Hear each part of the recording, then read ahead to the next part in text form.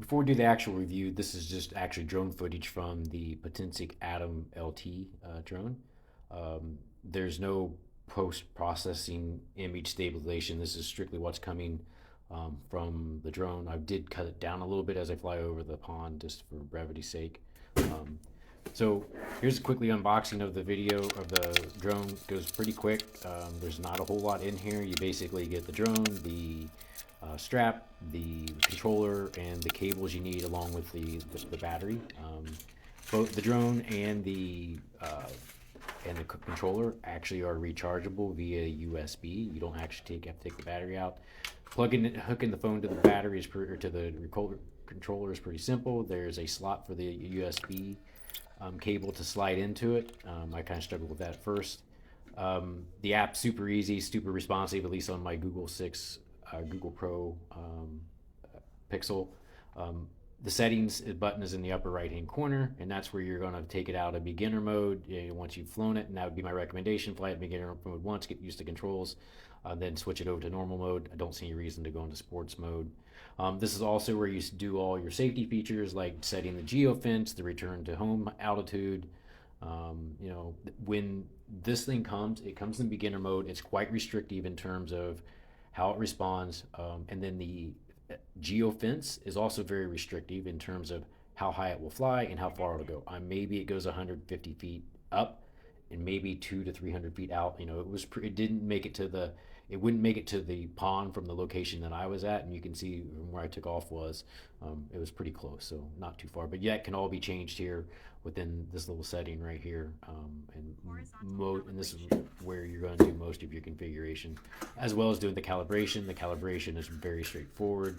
The app guides you on exactly what to do. You basically do a horizontal calibration first. It's probably 6, 7, or 8 turns. When it's done, it beeps, and then it tells you to flip it up, and then you're going to do the vertical calibration, and then the same thing. You do 5, 6, 7, or 8 times. Just keep going until the app beeps again, and it gives you the confirmation that it's done, and now it's done, so put it down. You're not supposed to fly this indoors. I'm not going to fly this indoors, but I'll kind of show you, get it started up. It's initially red when you boot it up, and then it will turn green up in the upper left hand corner to let you know the GPS is good. Now I'm going to turn it on.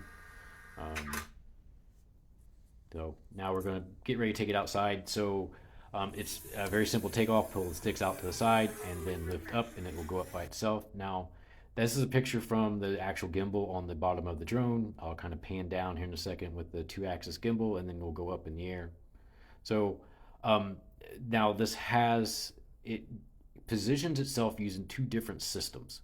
One of them is GPS, so that's when it's up higher, and then it has what's called a downward vision system, which kind of looks at the ground when it's lower. I think it's below 5 meters, if I remember correctly. And then it uses that system to kind of take off and to land, so that it knows pretty much how high it is off the ground that's at. GPS isn't quite good enough to do that on these kind of consumer level drones, so they use something. Basically, it's a visual reference for the drone to be able to look at. So I think I go up maybe 200 feet, maybe 150 feet, something like that. Kind of do a cinematic view of the pond. So all in all, this drone is super easy to fly.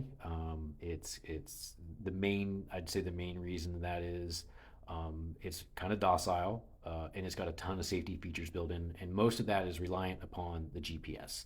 Right, the GPS will get you out of trouble. It will bring you back if you have poor video signal.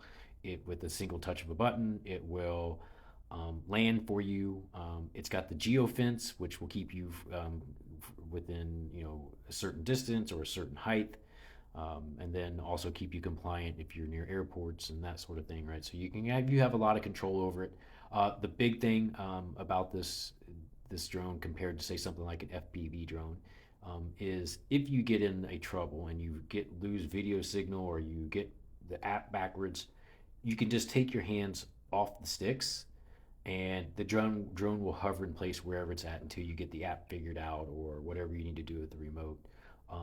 If you are still scared or don't know what to do, then you can hit down press the lower right hand button, and it'll return you home. Now this is a picture of the drone, and you can see that the wind's blowing pretty good. It's about 10-15 mile an hour, so not 25-30 mile an hour, but it's holding its vertical position and it's holding its horizontal position quite well. here's just some kind of low flying. It holds it pretty good along the ground, and I think the visual system works really well. But what tends to happen is this drone isn't super powerful, so when you get to make turns and things like that, and especially you get closer, you can kind of see the drone kind of drop down on the ground a little bit. But I think that's not the fault of the visual system. It's more of a how this drone just doesn't have a ton of power, so it's a little slow to respond to some of those commands. So you need to take that into consideration. I wouldn't fly it super low, near you know things like water or anything like that. You may need to actually dunk it in the water. But if you're 5 feet up in the air, I don't think you really kind of have anything to worry about.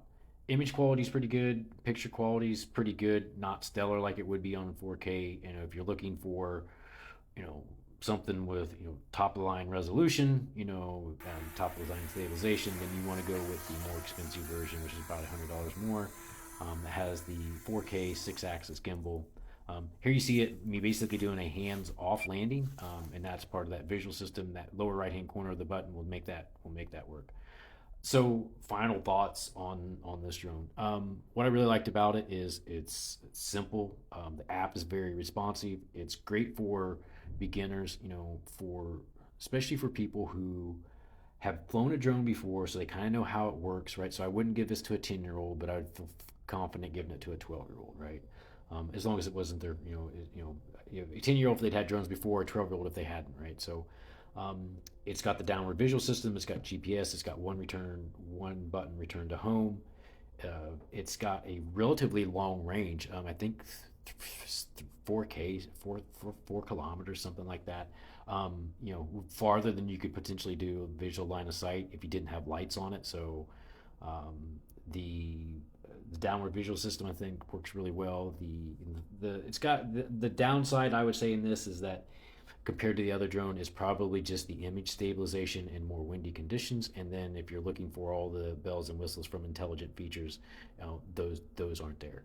If you're looking for speed, this isn't it. If you're looking for acrobatics, this isn't it. This thing is very light. It's pretty fragile compared to like an FPV drone. If that's what you want to do, get an FPV drone. If you want to upgrade from a non-GPS based system for a kind of a cost-effective approach, then I'd say this works. If you have a Mavic Mini, would I get this? Absolutely not. That Mavic's probably is a higher price item and better quality. But if you're moving up from just a typical drone that doesn't have GPS, doesn't have HD system, doesn't have return to home, doesn't have a good control range, then I'd say this is a great option for a lot of people. So with that, I think it's probably a buy. For me,